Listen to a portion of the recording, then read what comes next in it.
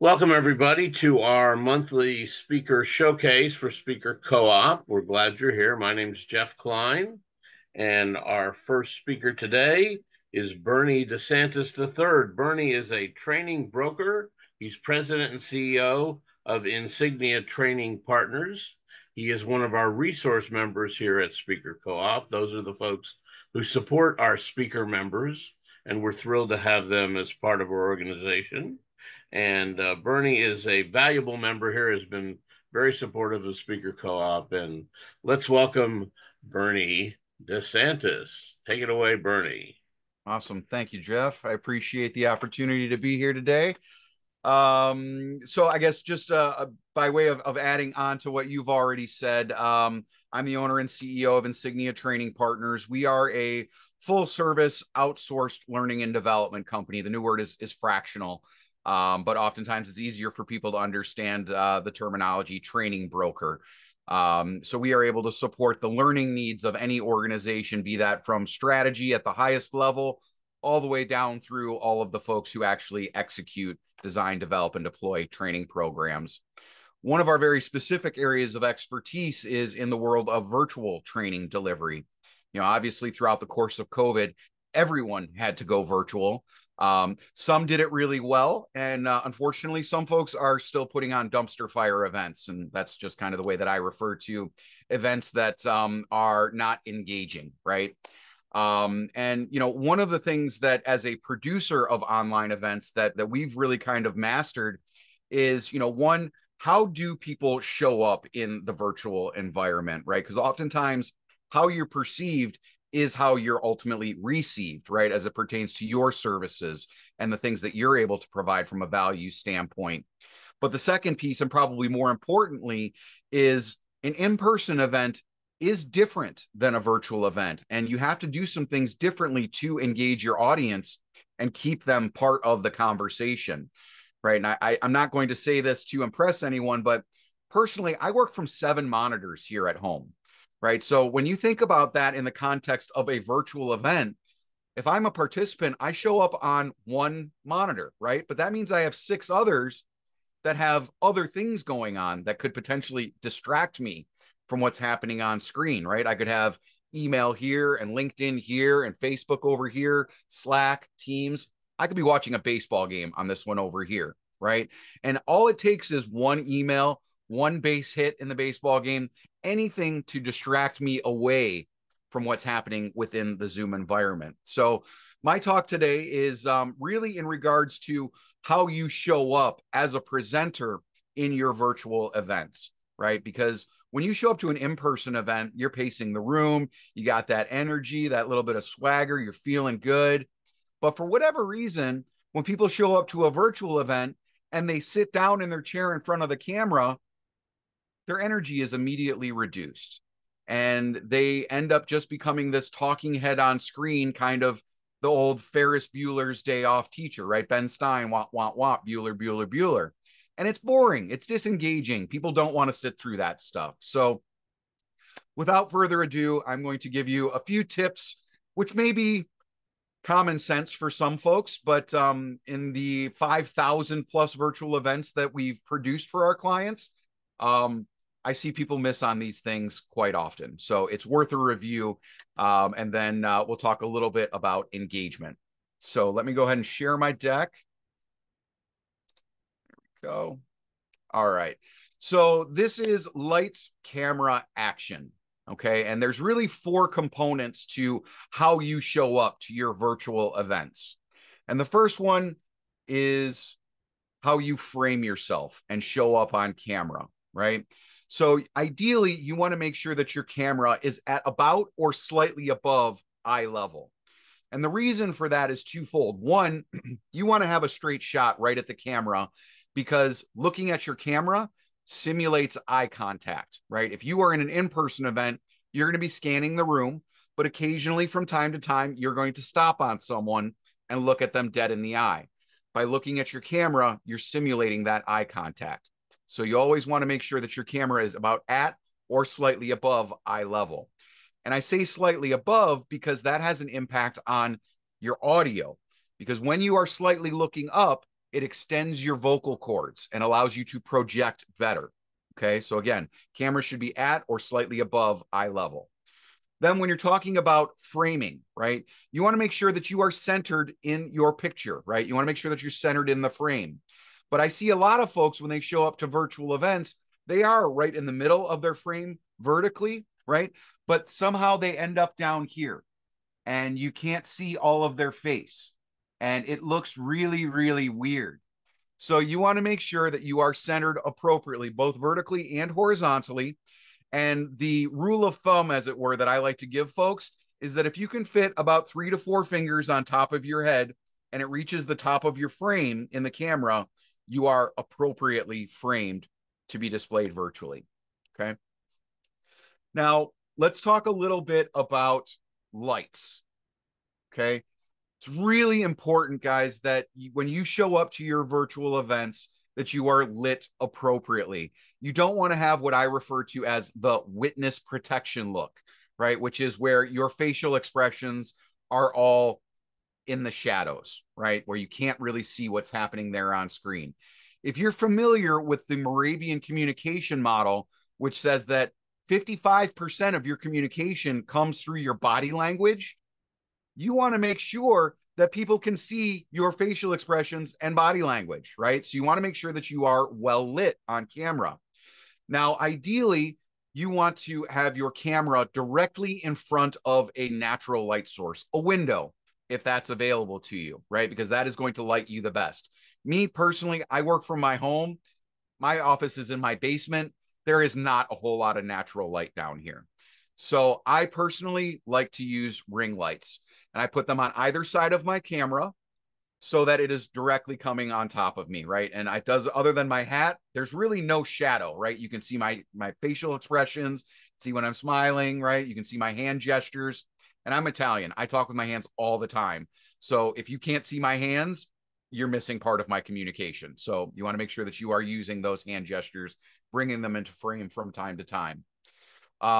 But probably most importantly, and again, to avoid that witness protection look, you want to make sure that there are no bright lights behind you, because that will ultimately cast the shadow over you and again, darken what shows up on camera, your face.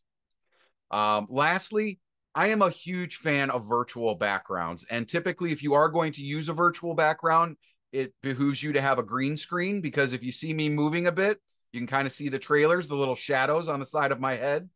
A green screen helps to eliminate that.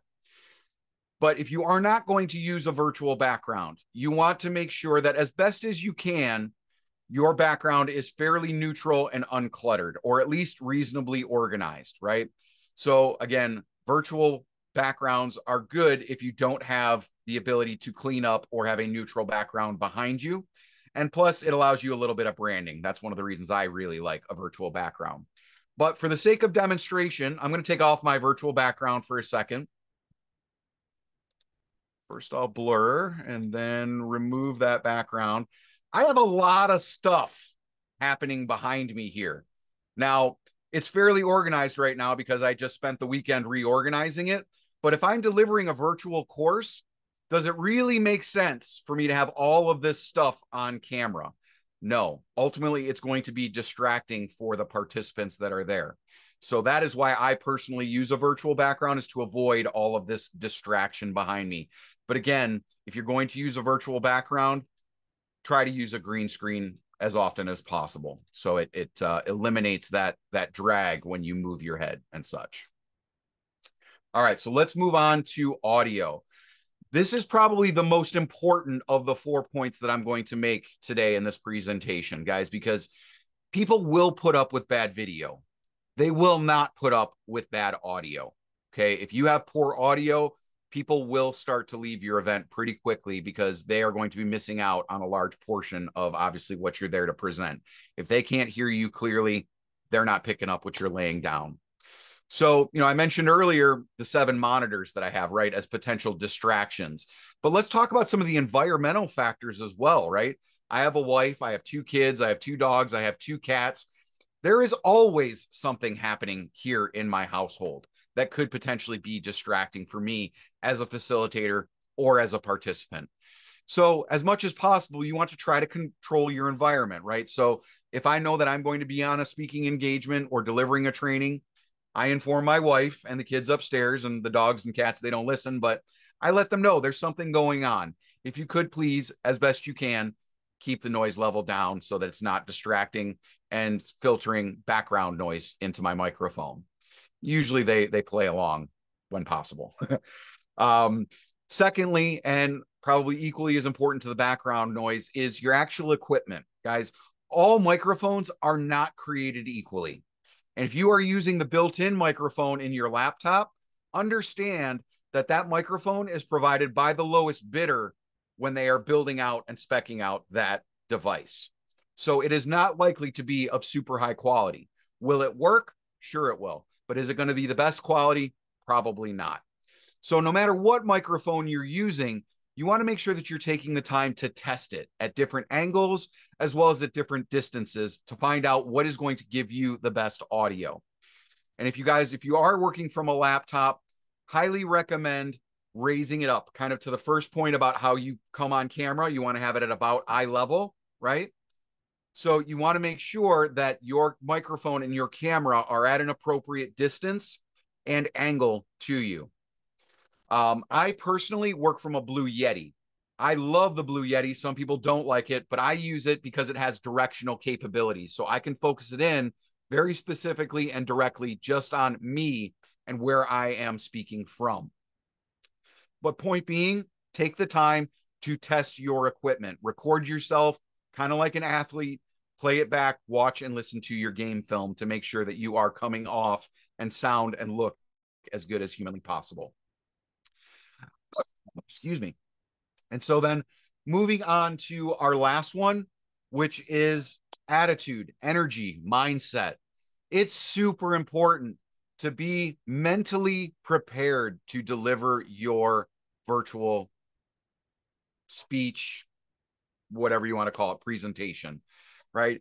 Because again, if you're showing up to an in-person event, there is naturally going to be a higher level of energy. And again, assuming that that in-person event is a 10 or 100% energy, when you come into a virtual event, just because you're sitting down, you need to consciously take your energy level up to a 12 or 120% of what you would typically and normally be at an in-person event, right? You want to have high energy because high energy is engaging. If you do have the ability, right, you have a stand-up desk, highly recommend standing up to deliver. But again, if you don't, just make sure that you are conscious of your energy level as well as your posture, right? Your body language and how you are coming on camera. Again, use facial expressions, smile. I'm Italian. I'm always using my hands. So make sure that if that is something normal for you, you are occasionally bringing your hands into frame because it absolutely does communicate with your audience. And then lastly, make sure that you are bringing your participants into the conversation from time to time. And that doesn't mean that they have to come off of mute, right? Doesn't mean that they have to be on camera. But there are a lot of engagement features in all of the virtual platforms, whether we're talking about Teams or Zoom or WebEx or Adobe Connect. There are a lot of ways that you can get engagement and participation from your participants. It could be polling questions, a breakout room, chat prompts, playing a video, playing music. There are a lot of different things that you can do to engage your participants, but you want to make sure that you are engaging your participants roughly every 5 to 10 minutes throughout the course of your presentation, because again, there are a lot of distractions in people's worlds. And so you want to bring them back to the conversation roughly at least 6 times throughout the course of a 1-hour presentation. That doesn't mean do 6 polling questions. You want to have a little bit of variety in the engagement as well. Okay. So with that, that brings us to the end of my tips and tricks and what I intended to deliver today. But obviously, we have a couple of folks here, and Jeff and Peggy would love to have any questions that you guys have about what I've shared with you today as well. Great stuff, Bernie. Really great. Thank Peggy, you. do you have any questions? Bernie, do you have any additional tips for someone who is outside of that normal environment? Maybe they're not in that home office and they're reaching out virtually. What tips do you have for that person? I would say obviously there are going to be a lot of things that are not within your control if you are in a different environment, right? But try to control as many things as you can, particularly as it pertains to, again, how you show up on camera, your audio levels and background noise, distractions, as it were. If you have the ability to get ring lights or a portable cube light, those are things that you absolutely want to try to manage to the best of your ability. But what I'll say, Peggy, is, and this is honestly self-serving and in regard to some of the services that I provide, um, multitasking is at best overrated and at worst a complete fallacy. If you are presenting, you need to be 100% focused on the content that you're delivering and engaging with the people that are there. And especially if you're in an unfamiliar environment, you want to have a producer manage all of the back end stuff for you so that, again, you are staying focused on the things that you can control and letting the rest be managed by someone who can focus on those things. Because if you're trying to deliver content, engage with people while also managing all of the logistics of your meeting, you will inevitably get sidetracked and you will have a less cohesive presentation. That's good stuff too. I mean, if if it's like a lot of other things, if you can bring an assistant to a live engagement, you should do that. Absolutely. And so they can manage your table and sell CDs or books or whatever. CDs. That's dating myself, isn't it? A little bit, Jeff, but that's okay. We all know what you meant. So they can sell books or training while you schmooze and talk to people. But the same thing. If you can have somebody running your slides or working the PowerPoint or whatever the case may be while you're speaking, it really makes a big difference because you don't have to worry about that stuff. Just Absolutely. like where I'm making us go live on Facebook. If I had somebody else to do that, it would make a difference in the presentation. Yep, Uh, absolutely. so And Jeff, we can have that conversation whenever you're ready, my there friend. you go. Absolutely. And Peggy, I'll actually add one more tip. And this is especially if you're working outside of your home office and from a laptop, get yourself a secondary portable monitor. It is really hard to effectively run a virtual training from just one monitor at any time, but especially in a foreign environment. So Thank you, Bernie. You're welcome. are you in your backyard, Peggy, or are you at a No, remote? I actually have a 10 o'clock here at a coffee shop with someone else. And so I am Okay. outside of my home office, which is I've got my mic, I've got my good background. And so, yeah, a little different today. But it's smart to have the headset. That definitely helps you a lot for Absolutely. sure. Yeah, Yep. We can hear you clearly, so uh, great. so that's working for you really well. Okay, good idea. And then I was going to mention, Bernie, when you were before you talked about it, made a note to ask you about standing up if you didn't mention it. So Yeah. good Yeah. on good on you for doing that. I work from a laptop, but I have a portable standing or an adjustable, that's the word, adjustable desk on Mm-hmm. my desk Yep. that raises the laptop and the light and the speaker and everything goes up and down Yep. as I needed. So, uh, Yeah, I mean, again, going back to the Moravian model, right? Your body language communicates more than half of your overall messaging, and if your physiology is not conducive to delivering a message, you are inevitably going to have a lower energy level and not deliver the message in the way that you intend to. Motion creates emotion. It's that simple. So having the opportunity to stand up, and obviously being on camera, you can't pace the room like you might in an in-person event, but just standing up changes your energy level and physiology. But of course, if you don't have that option like me, I don't have one of those desks. I'm very conscious of my body language and how I'm showing up on camera. absolutely. Very good. So, thank you very much, Bernie DeSantis III. We appreciate your presentation and Thanks, your Jeff. talk, and we'll put a pin a period on that and say thank you and great job and insignia training. How do we reach you, Bernie? So probably the easiest way, Jeff, is to reach out to me on LinkedIn. Um, just, Bernie DeSantis the third. But you could also go to my website, which is insigniatraining.com, and you can see the list of all of our training services and resources. And you'll also find Bernie on the speakercoop.com website, on our resources page, as well as his own page, Insignia Training, as well. So thank you very much. And we do this every month on the second Tuesday. We have a speaker showcase where we feature various Speaker Co-op members.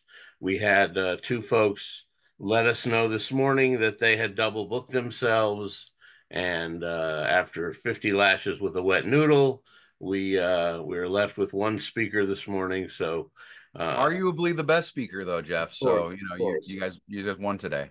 arguably so. So I won't. I won't. I could do a 15-minute talk myself, but I did that a couple of months ago. So I've got some good showcase stuff for me.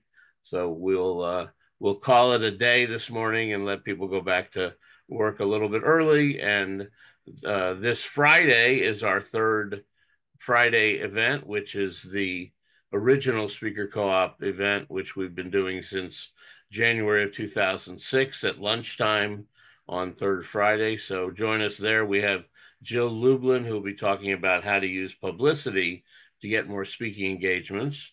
And we'll have 3 or 4 folks do 5-minute spotlights, as well as Jill's keynote address during the lunch hour. It's 11:45 to 1:15 Central Time, and it'll be on the same Zoom room. And so come see us. We'll also stream it on our Facebook group, but please come join us there if you're watching this recording. Every third Friday at 11:45 a.m. Central Time, we'll have great value for you there. And we'll see you back at speakercoop.com and meetup.com/speakercoop. We do 5 monthly events for the public, including practice stages and masterminds and showcases for our members. I'm Jeff Klein. Thank you very much. Speakercoop.com is the place to go when you need a speaker for your events. Take care. Thanks for having me, Jeff. You're welcome.